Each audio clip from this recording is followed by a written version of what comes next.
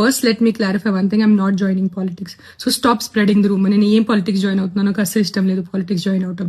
I'm happy with my NGO work, I'm happy with what ever social service I do in my personal time. వీధి కుక్కల విషయంలో తన పోరాటం కొనసాగుతుందని, తన తప్పు లేకపోయినా తనను విమర్శిస్తున్నారని రేణుదేశాయ్ ఎమోషనల్ అయ్యారు. నేను నమ్మే భగవంతుడికే నా బాధ చెప్పుకుంటానని ఆమె కామెంట్లు చేయడం ఇప్పుడు వైరల్ అవుతోంది. వీధి కుక్కలను చంపడంపై గళమెత్తిన నటి రేణుదేశాయ్ మరోసారి భావోద్వేగంగా స్పందించారు. దీనిపై తాను చేసిన వ్యాఖ్యలకు తీవ్ర విమర్శలు ఎదురవుతున్నాయని, అయినా వెనక్కి తగ్గే ప్రసక్తే లేదని రేణు స్పష్టం చేశారు. కాశీలో గంగానదిలో బోటింగ్ చేస్తున్న వీడియోను షేర్ చేసిన ఆమె, నన్ను కాపాడడానికి అమ్మా, నాన్న, అన్నయ్య, భర్త ఎవరూ లేరు. అయినా నా తప్పు లేకపోయినా ఎంతోమంది నన్ను విమర్శిస్తున్నారు. వాటికి తిరిగి సమాధానం చెప్పే ఉద్దేశం నాకు లేదు.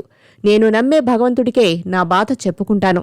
ఆయన నా ప్రార్థనలు వింటున్నాడన్న విశ్వాసం ఉంది.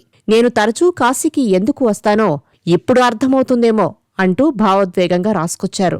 నా వ్యక్తిగత హక్కుల కోసం నేను పోరాడలేదు, కానీ కొన్ని కుక్కల తప్పు కారణంగా వందల సంఖ్యలో వాటిని చంపడం సరైన నిర్ణయం కాదు.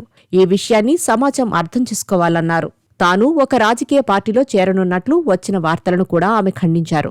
తనకు అలాంటి ఉద్దేశం ఏమాత్రం లేదని స్పష్టతనిచ్చారు.